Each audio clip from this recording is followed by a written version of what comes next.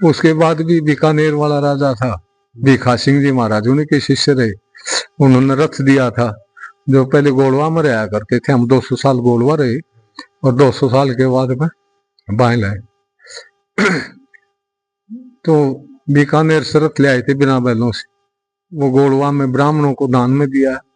वो आरती करने के लिए जाते थे, जब भांजान जी आते थे तो आरता करने के लिए जाते थे, तो आरता उन्होंने मांग लिया था, इस वजह से उनको रथ तो दान में दिया था। आज भी उनका कुछ अंश वहाँ बचा हुआ है, और तो सारे जो सोना चांदी के तो निकाल लिया उन्होंने। ऐसे जयपुर से रथ ले आए थे, राजा बारमल के लड़के थे भगवत दास, उनसे ले आए थे। तो वो रथ ले जाके गुलाबनाथ जी का सिलपटा उनके गुरु जी की गद्दी थी, तो वहां चढ़ाया उन्होंने। अनेकों कारनामे हैं उनके, जो तारानगर उनके आशीर्वाद से बचा हुआ।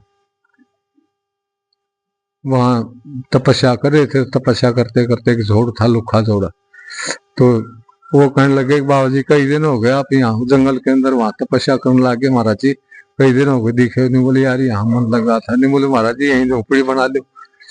नहीं बोले यहाँ क्या बनाएंगे, यहाँ तो लाइट चसेंगे, यहाँ नगर बस जाएंगे, यहाँ बस्ती बसेगी बहुत तगड़ी।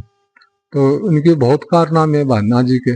उनके 27 शिष्य पंजाब के, गुजरात के, राजस्थान के 27 राजा शिष्य थे उनके उस टाइम पर। जो उनकी वाणियां भी प्रकाश हुई है, वाणी प्रकाश है, तो वाणियां भी बस ऐसी वाणियां हैं जो परमात्मा से डायरेक्ट संबंध करती हैं। और कई हैं इनके जहाँ उनके गुप्त है, आज यहाँ है गुप्ती ही। यहाँ से भान्ना जी सिलपटा जाते थे, दिन में रात को भैंस का दूध निकालते थे, सुबह निकालते थे, रात को निकालने के बाद वहां सिलपटा जाके यहाँ से 60 किलोमीटर पड़ता, 52 कोस पड़ता है। तो वहां से रात को दूध निकाल के सब बच्चे सो जाते, जब वहां सत्संग करते थे सुबह घर ही मिलते थे। तो उनका सत्संग होता था गुरु महाराज का। उनके 3 शिष्य थे गुलाबनाथ जी के, सुखानाथ जी जो निमराना से थे, बीजानाथ जी नांगल चौधरी के पास लूज होता है वहां के रहने वाले थे। तो तीनों संत थे, पर ये भान्ना जी थे ये थोड़ा उनसे अब पढ़ते थे।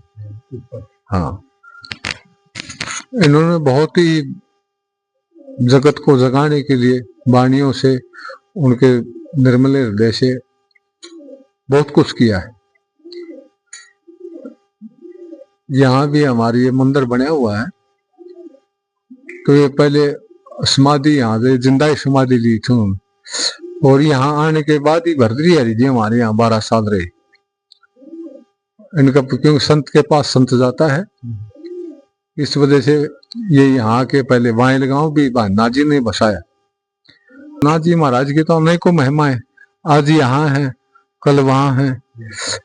तो इनका एक क्षण में ही चले जाते थे, क्षण में ही अदृश्य हो जाते थे, मतलब यहाँ से चले जाते थे। जो वाणीनाथ जी के थे धर्म भाई, उनका क्या नाम था? उनके गुरु भाई था गुलाबनाथ जी। गुलाबनाथ जी गुरु थे उनके। जो सिलपटा गद्दी है, सिलपटा भी वो भी राजपूत परिवार से थे, गाय चराया करते थे। गाय चराते समय गुलाबनाथ जी राजपूत थे संगेलू जीना के, तो वहां गाय चराते गोरखनाथ जी संतों के साथ वहां पहुंच गए, बच्चा दूध पिला दो, तो वो दूध लेकर उनको पिला दिया गोरखनाथ जी को। उन्होंने उनको ऊपर हाथ धर दिया, तो गाय को छोड़ छाड़ कर हिमालय के अंदर चले गए। 6 साल तक रहे, तो उनकी शादी हो चुकी थी कोट काशिम।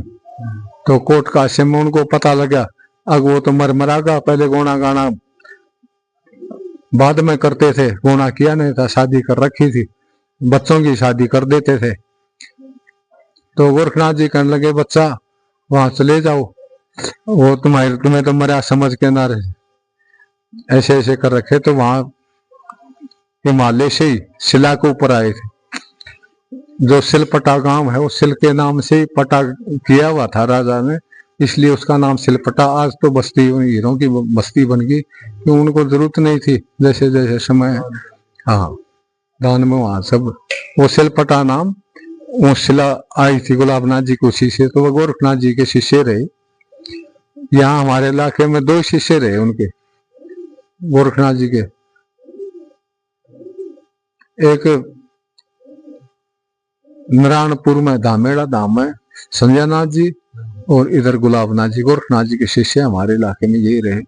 और इनकी प्रख्यात इतनी थी कि पहले यही ही गुलाब नाथ जी भाननाथ जी का, जो इन्हीं का प्रकरण ज्यादा था, ये ही राजाओं को शिष्य बनाते थे, उनको ज्ञान देते थे, और ज्ञान